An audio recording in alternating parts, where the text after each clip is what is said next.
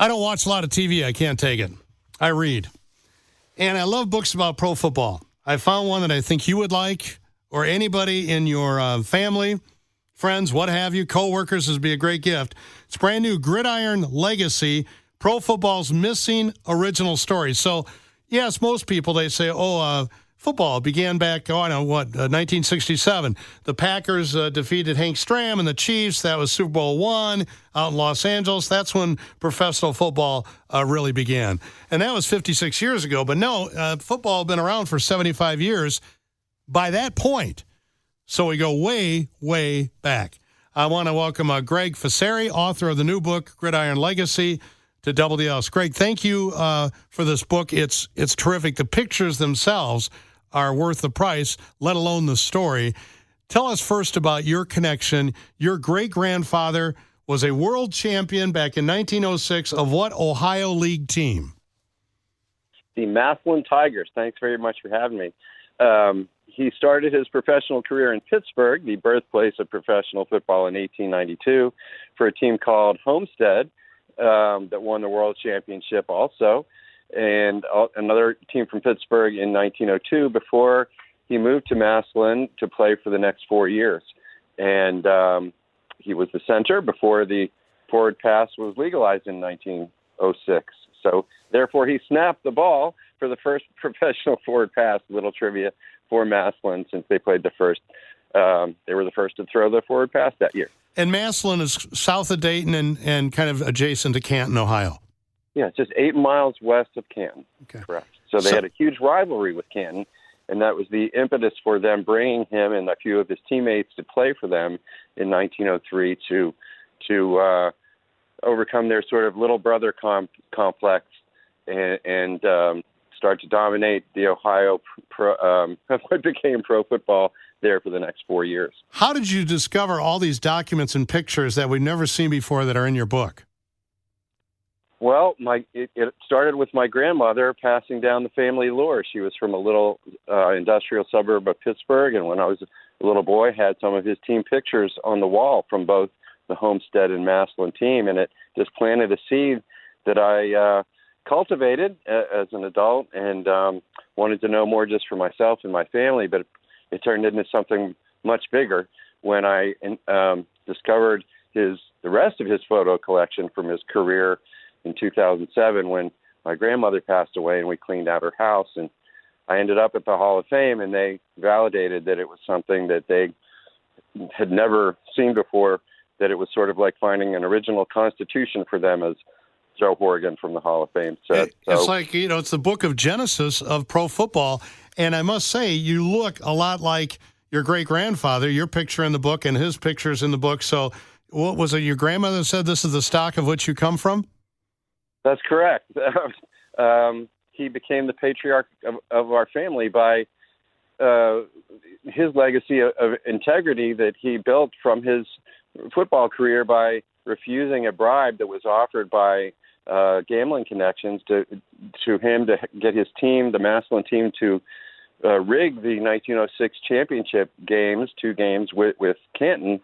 And he was always recognized for being a good, honest man, and he became a successful, honest business professional and justice of the peace back in his hometown in Pittsburgh afterward, and built a family business that still exists today outside of the family. So she was very proud of him, and we all appreciate the legacy that was left to us.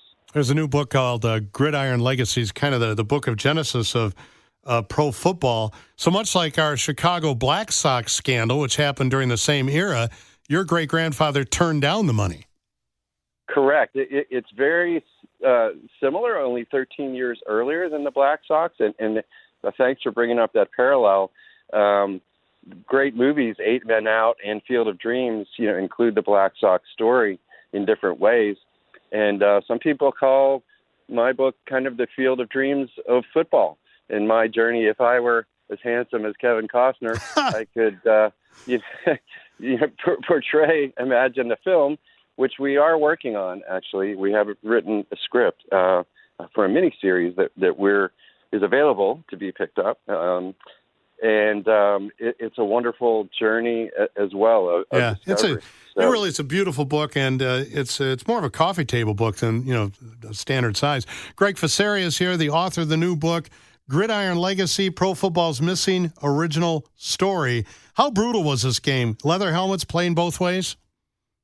Not even leather helmets. At one point in those days, they were optional, and so were pads. I had always heard one tidbit that my great-grandfather never would wear pads because they thought they slowed him down going through the line. So very brutal. There were little comments about other tools and little sharp objects and things they would hide in their hands and fists and so on. But even without that, formations like the flying wedge before there was a line of scrimmage really made it possible to target weaker players and led to lots of injuries and even 20-plus deaths in 1905, Whoa. Which led to Teddy Roosevelt. Right. Teddy Roosevelt, as president, was watching the Ivy Leagues play, and it became so bloody and deadly that football was prohibited for a while. Not quite prohibited. He threatened, but he didn't really want to, but because he liked what he called masculine Christianity and the Rough Riders regiment that from the war that he put together. So he just wanted to clean up the game, and so he appointed Walter Camp, the father of American football, from Yale, and John Heisman, Amos Alonzo Stagg, and some other Ivy League presidents to form a committee that later became the NCAA to implement rule changes, including the forward pass and a line of scrimmage and 10 yards instead of 5 for a first down and so on, to open up the game and start to make it safer. So, Gregg Ficery, an amazing story in your book that I caught. I don't think it was in any of the publicity materials either, but I think it's a great story. Branch Rickey and a young man named Charles Follis playing in 1902 together. Branch Rickey, of course, introduced Jackie Robinson to Major League Baseball 40 years after he played with Charles Follis, African-American guy. It's an amazing story in itself. So was Charles Follis kind of the test case for Jackie Robinson? It's a beautiful connection, and Rickey never really directly admitted that or was quoted about it, but many people believe that his playing football with Charles Follis on the team in Ohio called Shelby, professional team, the same time as my great-grandfather, who actually dallied on that team a little bit as well. And I have one of Follis's pictures from the family collection, that Rickey's personal relationship and perhaps empathy and friendship with him led him to be open to sign Jackie Robinson later in life. How did you get the late, great Franco Harris to write the foreword to your book? Were you guys tennis buddies? We actually did share a passion for tennis. We never got on the court together, but we were at an event together one time, a celebrity pro-am thing in Pittsburgh.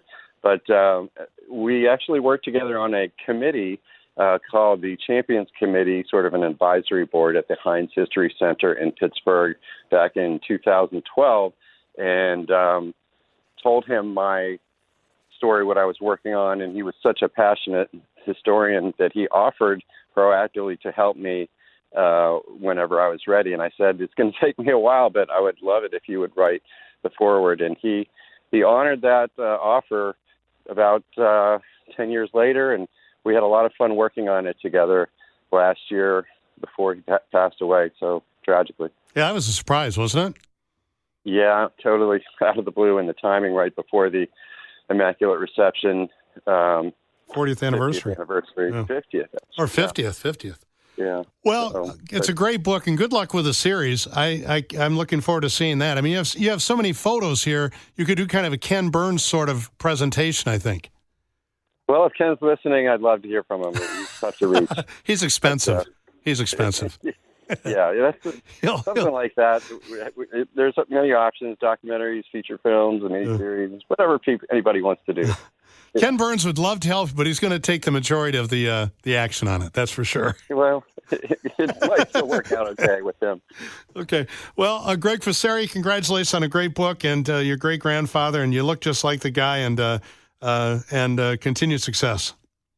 Thank you very much. It's on Amazon.com and GridironLegacy.com. Signed copies. Got it. Gridiron Legacy, Pro Football's Missing, original story. Go to Amazon and pick it up. Thanks, Greg. Have a great evening. Last chance for the Steelers. Bradshaw trying to get away. And his pass is broken up by Tatum. Tipped off. Franco Harris has it. And he's over. What? Franco Harris grabbed the ball on a deflection. 5 seconds to go. He grabbed it with 5 seconds to go and scored.